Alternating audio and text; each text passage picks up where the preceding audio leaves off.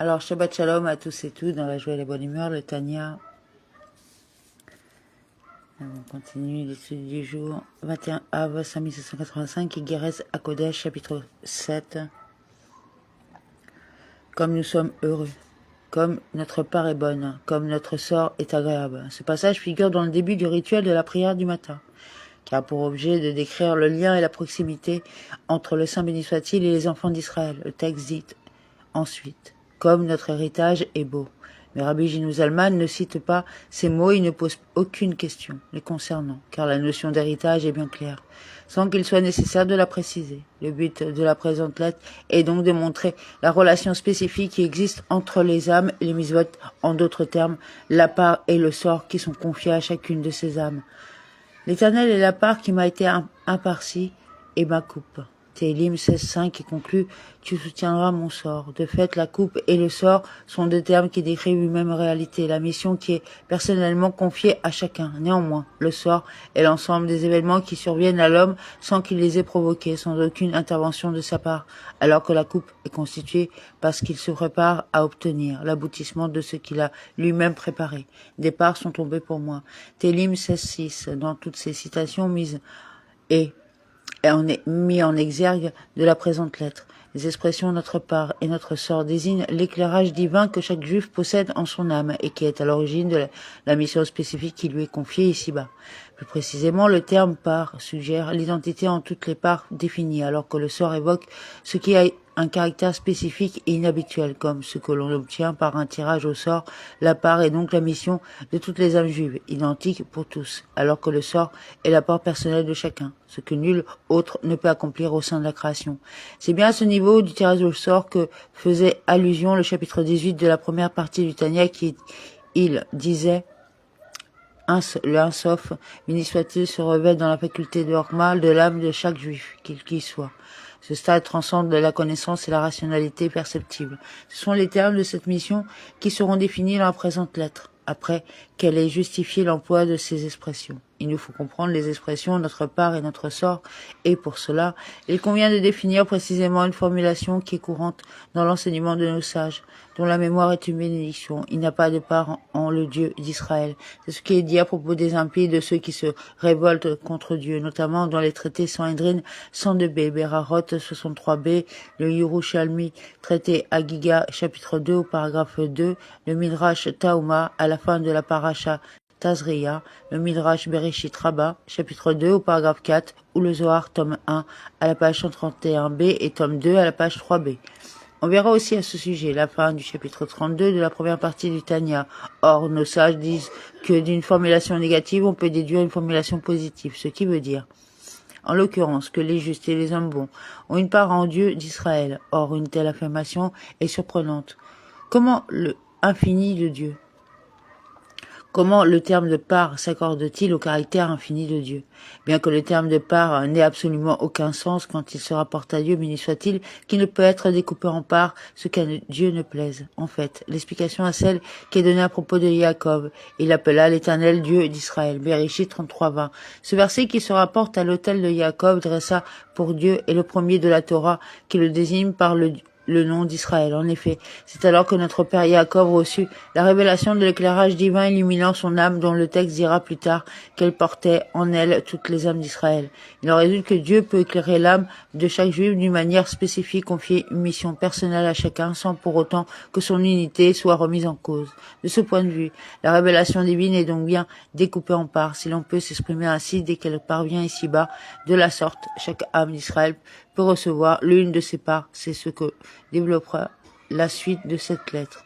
Cela veut dire qu'en réalité, le Saint béni soit-il certes emplit, mais malé les mondes supérieurs et inférieurs, du stade le plus élevé jusqu'en dessous de cette terre grossière, ainsi qu'il est écrit. Ainsi, moi, j'emplis les cieux et la terre. Yirmiyahu 23-24. Malgré l'emploi du terme mémalé, le texte ne fait pas spécifiquement allusion ici à cette lumière qui emplit les mondes. Il indique plus exactement que Dieu emplit toute la création par toute l'essence de lui-même, qui n'est nullement modifiée par elle. mais qu'il peut, cependant, confier une mission spécifique à chacune de ses créatures, moi, à proprement parler, c'est-à-dire son être et son essence, si l'on peut s'exprimer ainsi, non pas uniquement son honneur. C'est à ce propos que le verset Ishaïa 6.3 dit « La terre entière est emplie de son honneur, qui n'est qu'un reflet de son essence, laquelle est désignée dans le verset précédemment cité par le terme « moi ».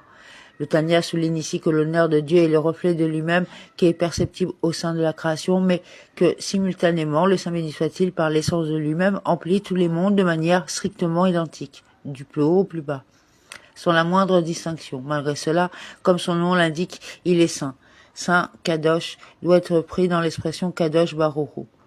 Saint béni soit-il, au sens de séparer, distant de la matière du monde, comme le texte le précise aussitôt. En revanche, Barou béni signifie révéler, mis en évidence, attiré ici-bas. Ce nom divin fait donc allusion à la révélation au sein de la matière de ce qui, d'emblée, y était attaché. Le troisième terme de ce nom de Dieu, ou il désigne l'essence de Dieu, soulignant ainsi que c'est bien sa révélation qu'obtenue ici-bas, séparé des mondes supérieurs et inférieurs, qui ne le saisissent en aucune façon, ce qu'à Dieu ne plaise, de la façon dont l'âme de l'homme est saisie par son corps, par exemple, comme cela est longuement expliqué par ailleurs. On verra en particulier le chapitre 42 de la première partie du Tanya. En effet, on peut affirmer que les mondes ne saisissent pas Dieu, dans la mesure où leur existence ne fait aucune modification en lui. L'âme, en revanche, quand elle se trouve dans le corps, ressent les changements de celui-ci subit. C'est à ce propos que nous disons dans la prière du matin, tu étais le même avant la création du monde. Tu es resté le même après la création du monde. C'est pour cela que les mondes ne pouvaient pas recevoir la vie uniquement de son être et de son essence, si l'on peut s'exprimer ainsi. Cela avait été le cas. L'intensité du Un Sof aurait rendu toute existence créée inconcevable. C'est la justification du processus du Tzitsum, de la contraction de la lumière divine qui réduit cette intensité uniquement de manière apparente, puisque la création ne modifie rien pour Dieu, mais suffisamment pour que l'existence des mondes devienne possible. Aussi n'obtiennent-ils que l'extension de la vitalité que le Saint béni soit-il accorde au monde supérieur et inférieur, laquelle est comparable à l'éclat apportant l'éclairage de son nom. Béni soit-il. En effet, lui et son nom ne font qu'un. Selon le Zohar, tome 2, à la page 86a, et le Shnei Lurot A Beri, à la page 4a. On verra aussi le chapitre 6 de la seconde partie du Tanya, de même que son introduction, le Chenu Katan, en fonction de ce qui vient d'être dit. On peut appeler lui l'essence de sa lumière n'ayant pas subi le Tzitsum et son nom, le résultat de ce Tzitsum à l'origine de la création des mondes. Et c'est précisément parce que lui et son nom ne font qu'un simple éclat du nom de Dieu est en mesure de vivifier tout l'enchaînement des mondes. Et à ce propos qu'il est écrit, car son nom est élevé seul. Télim 148.13, le nom de Dieu est seul, dans la mesure où il est plus élevé que les mondes, séparés d'eux. De ce fait, une action de la part des hommes est nécessaire pour en obtenir la révélation. Le Tanya montrera que cette action s'inscrit dans la part et le sort qui sont appartis à chaque âme d'Israël, et uniquement un éclat, un reflet de lui, est perceptible sur la terre et dans les cieux.